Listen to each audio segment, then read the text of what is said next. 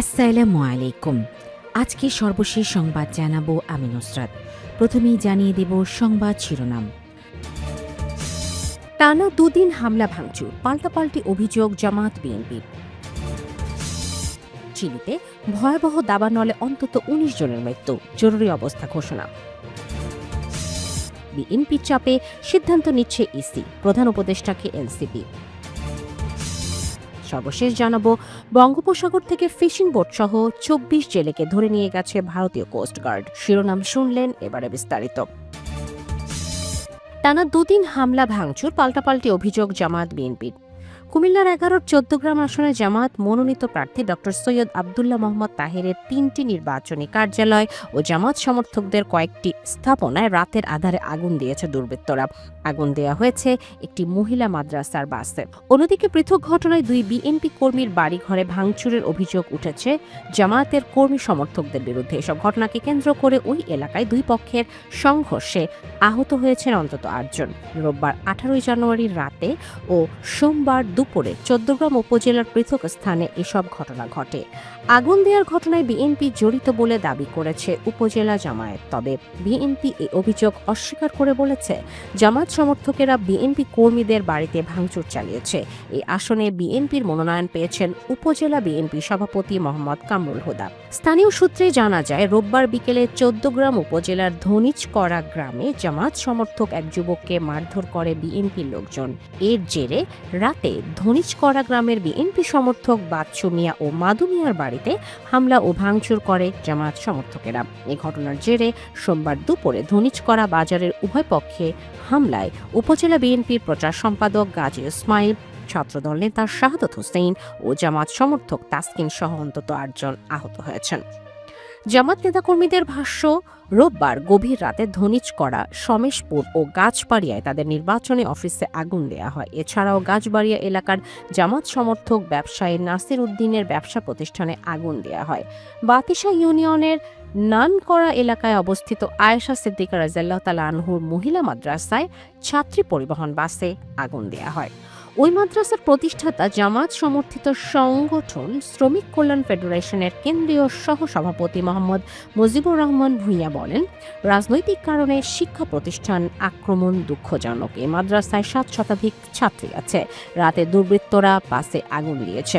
এই ঘটনার সুষ্ঠু তদন্ত ও বিচার দাবি করেন তিনি। এদিকে এই ঘটনার প্রতিবাদে সোমবার দুপুরে মাদ্রাসাটির শিক্ষক, শিক্ষার্থী, অভিভাবকেরা মানববন্ধন ও বিক্ষোভ কর্মসূচি পালন করেছে।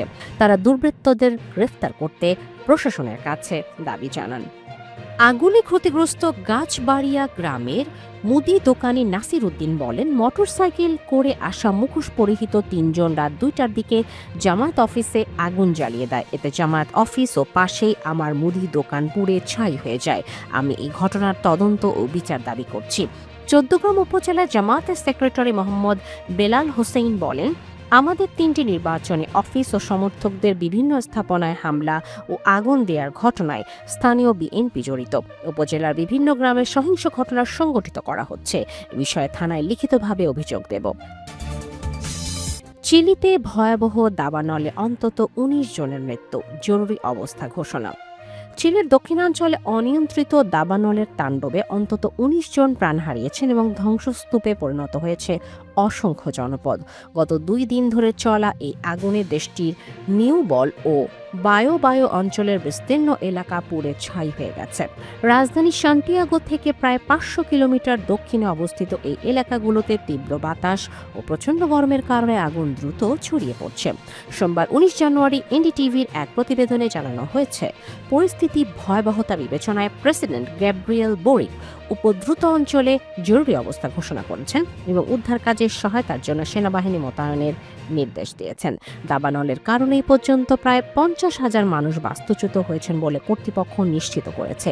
সবচেয়ে বেশি প্রাণহানির ঘটনা ঘটেছে পেনকো শহরে। সেখানকার মেয়র রদ্রিগো ভেরা জানিয়েছেন, আগুনের প্রচণ্ডতায় মুহূর্তের মধ্যেই ঘরবাড়ি ও যানবাহন পুড়ে কঙ্কাল হয়ে গেছে।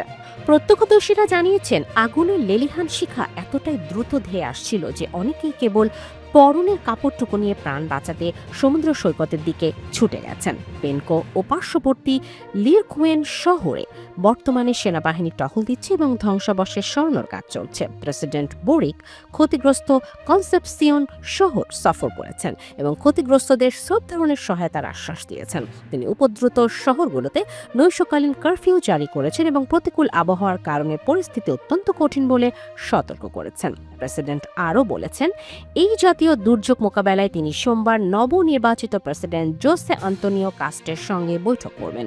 দক্ষিণ গোলার্ধের গ্রীষ্মকালীন প্রচণ্ড তাপপ্রবাহের মধ্যে প্রায় 4,000 অগ্নিনির্বাপক কর্মী আগুন নিয়ন্ত্রণে আপ্রাণ চেষ্টা চালিয়ে যাচ্ছেন। বিএনপির চাপে সিদ্ধান্ত নিচ্ছে ইসি, প্রধান উপদেষ্টাকে এনসিপি। নির্বাচন কমিশন ইসি বিএনপির চাপে সব সিদ্ধান্ত নিচ্ছে এমন অভিযোগ করেছেন জাতীয় নাগরিক পার্টির এনসিপির আহ্বায়ক নাহিদ ইসলাম।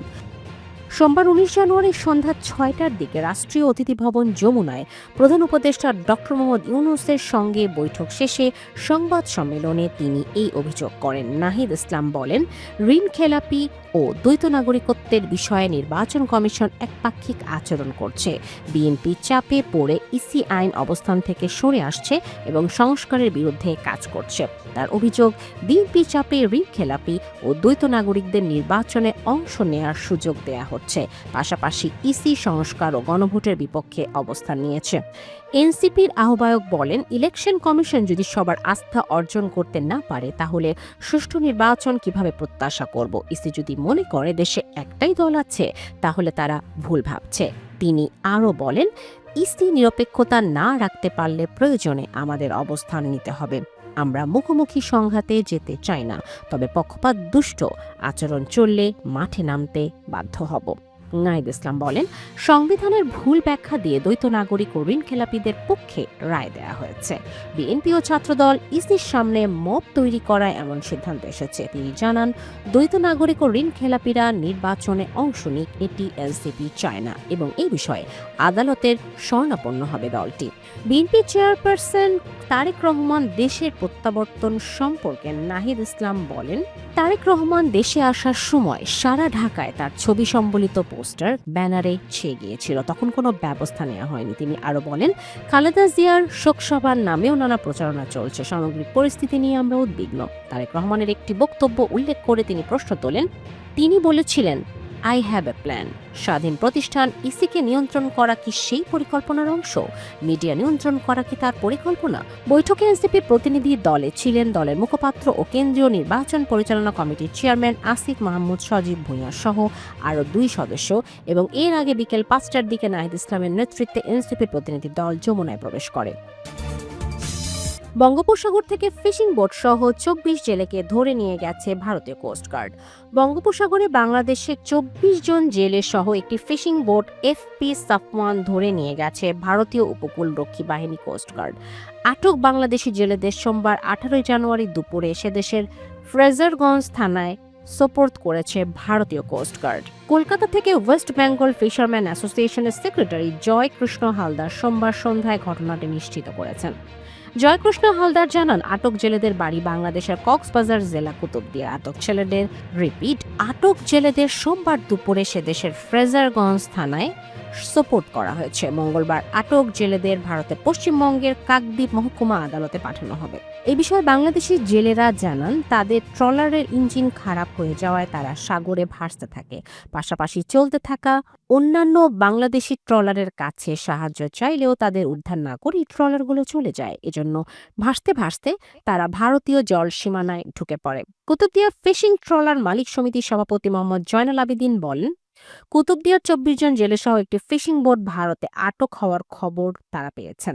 এ নিয়ে গত 6 মাসের মধ্যে মোট 8টি বাংলাদেশি ফিশিং বোট সহ মোট 181 জন বাংলাদেশি মৎস্যজীবী ভারতীয় জলসীমানায় ঢুকে পড়ার অভিযোগে ভারতীয় উপকূল রক্ষী বাহিনীর কোস্টগার্ড হাতে ধরা পড়ল।